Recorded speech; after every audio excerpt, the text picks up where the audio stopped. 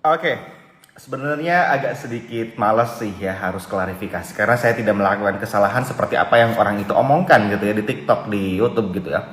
Tapi karena dia menyebutkan nama Doni Salmanan gitu, jadi kayaknya gue harus ngomong dengan ke si orang itu aja ya. Karena untuk orang-orang lain tuh aku nggak ngerasa ngelakuin kesalahan lah kalau misalkan omongan-omongan seleb-seleb yang lain. Ini mah untuk yang menyebutkan nama Doni Salmanan, oke?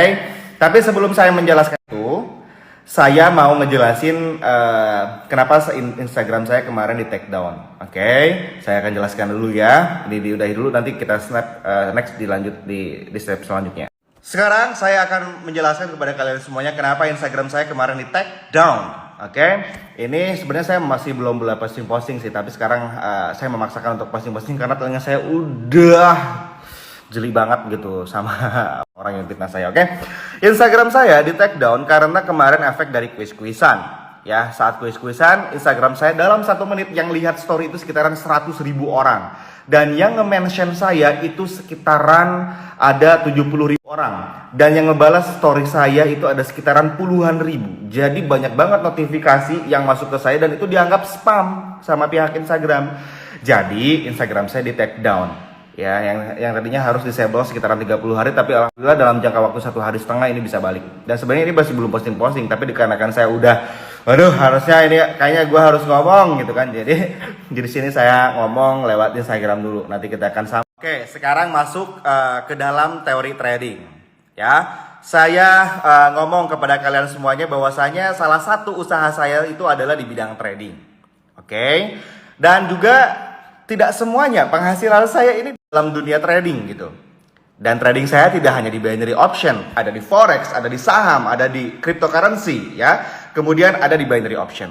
Apakah saya harus memprostikan semua penghasilan saya, hasil trading saya? Nggak perlu. Karena nanti takutnya dicomot sama penipu, di screenshot, kemudian dibuat senjata buat nipu-nipu ke orang. Itu yang saya takutin.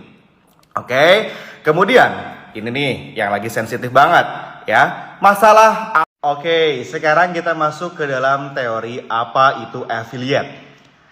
Semua perusahaan platform perdagangan online maupun offline itu pasti punya yang namanya affiliate. Affiliate itu adalah kita sebut marketing untuk mempromosikan suatu perusahaan. Ya, kalau affiliate Shopee, misalkan kamu menjadi marketing perusahaan si A. Kalau misalkan kamu bisa menjual produk si A tersebut, maka kamu akan dikasih komisi Rp10.000. Nah, itu untuk penjelasan affiliate-nya. Oke, seperti itu gambarannya, sudah paham kan teman-teman semuanya? Kita lanjut ya ngebahas affiliate trading. Oke, sekarang kita masuk ke dalam teori cara kerja pembagian hasil affiliate trading yang saya gunakan. Ya, orang tersebut bicara katanya Doni Salmanan afiliator, makan duit loss dari lossnya member. Oke, jawabannya kayak gini. Affiliate yang saya gunakan itu tidak seperti itu. Misalkan dalam jangka waktu sekitar 6 bulan Doni Salmanan menarik 2.000 orang. Misalkan ada orang yang registrasi akun trading di bawah link saya itu sekitaran 2.000 orang dalam jangka waktu 6 bulan. Dan rata-rata orang itu sekitaran deposit itu sekitaran 200 sampai 300 ribu. Nggak ada yang gede-gede, cuma 200 sampai 300 ribu.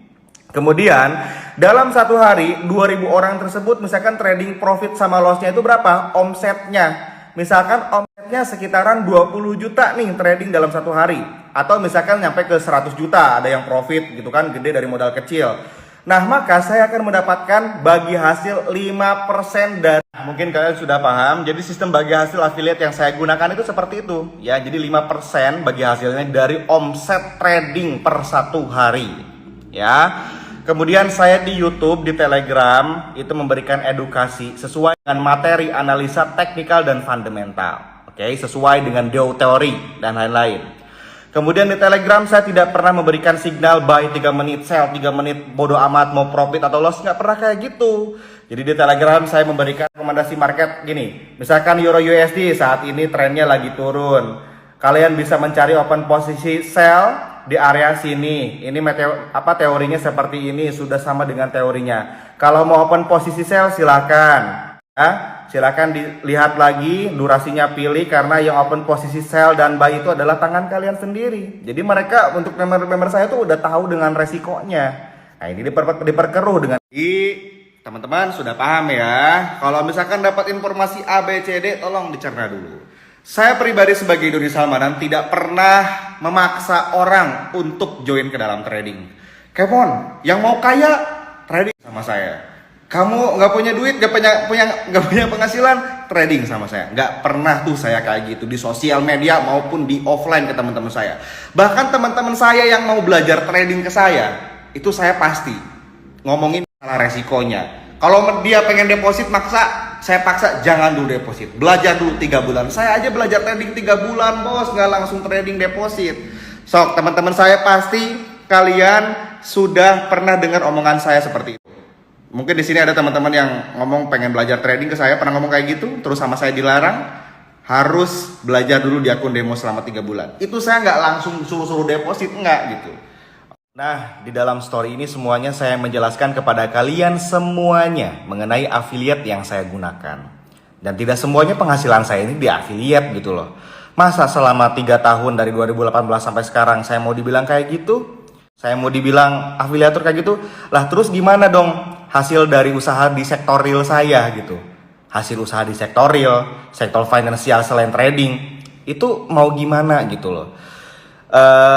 Saya tidak dendam. Mungkin ini adalah teguran bagi saya agar supaya saya tidak terlalu fokus terhadap duniawi gitu. Kudu eling kadiri hirup mah.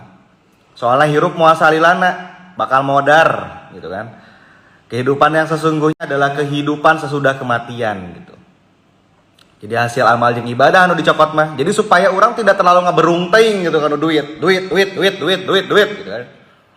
Sehingga pohokan ibadah. Mungkin adalah teguran. Tapi juga mendoakan semoga Anda yang memfitnah diberi kesadaran, diberi wahyu supaya menjadi lebih baik lagi dalam memberikan informasi.